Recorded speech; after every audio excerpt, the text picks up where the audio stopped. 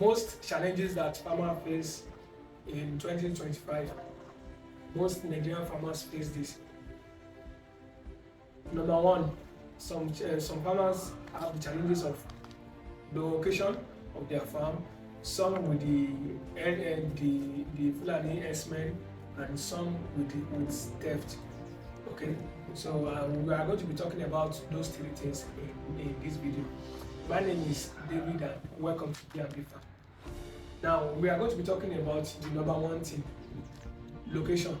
You know, when you call yourself a farmer and the location of your farm is not motoring, there's no access to road, there's no access to basic amenities, you are putting your investment at risk.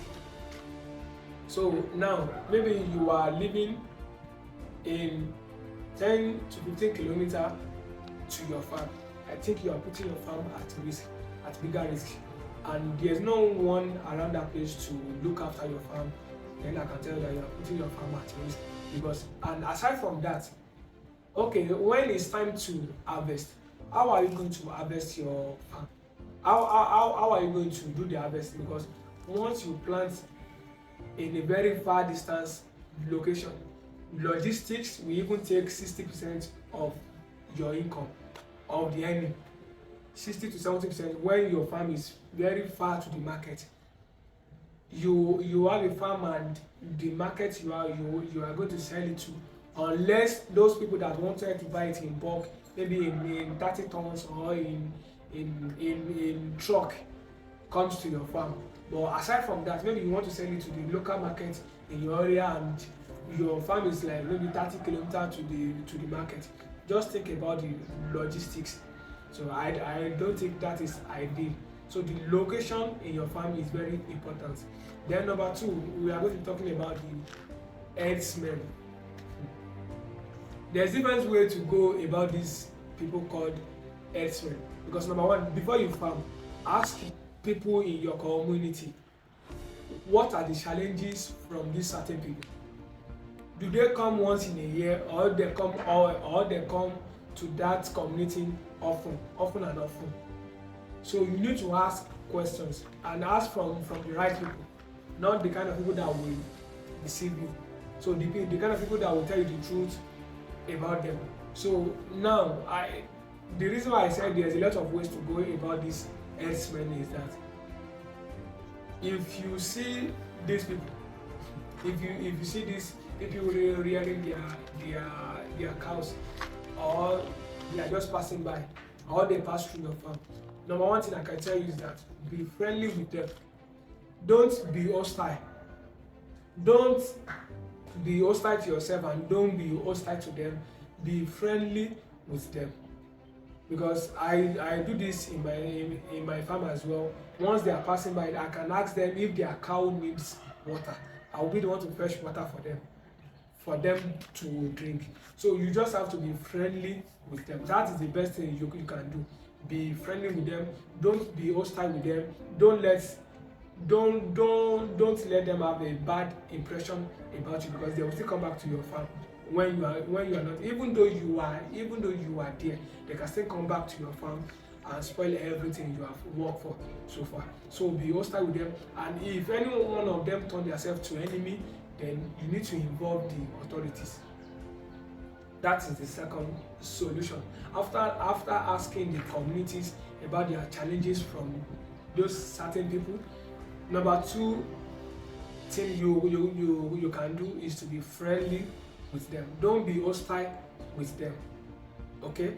Then the third one is that if they are not friendly with you and they keep repeating the bad ways despite your effort for you to just make them friendly a bit and not make them hostile, involve the authorities, involve the necessary agency, so that they will be able to look after your farm and they will be able to chase them away. So now the third one is theft. Hey, you see this particular one.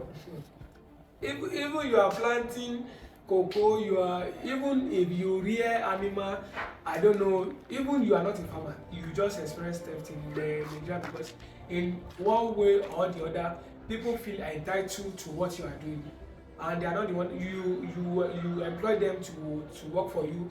You pay them their salary, maybe you pay them in wages, but they will still steal. So that now number three is theft. You need to have your farm under a very good management, not on trust. Don't build your security with trust. Don't even try. Don't even build your security with trust. Just have a good management, have a good protocol for your farm. Don't say maybe this person is your siblings and you trust the person. No. Don't do that. You need to build your farm based on protocol, based on farm management, and let there be accounts for everything. Let there be farm record in your farm. Anything that is bought today, anything that is bought tomorrow, anything that is being bought in that month, let there be record keeping in your farm. Don't miss that. And make sure maybe twice in a week or maybe thrice in a week, make sure you come to your farm and supervise them. Make sure you supervise them. Make sure you know what they are doing. Make sure you know what they are up to, and make sure you stay with them. Sometimes you just have to stay with them, have a friendly chat with them to know what is going on between your farm workers, because you can get everything right and they will just decide, some, not all anyway, some will just decide to steal. So make sure you have your farm record. Don't use trust to build the security around your farm. Make sure there's farm record, and make sure it's not a relative business. So that's the best thing that can help you. So these three things are one of the things that affect farmers in Nigeria. Number one, I actually talked about the location of your farm. Number two, I talked about the Fulani herdsmen if you are planting.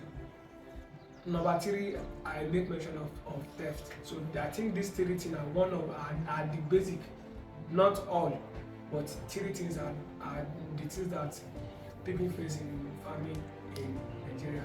So do well to subscribe to this page, comment, share and like this video. Okay, thank you very much.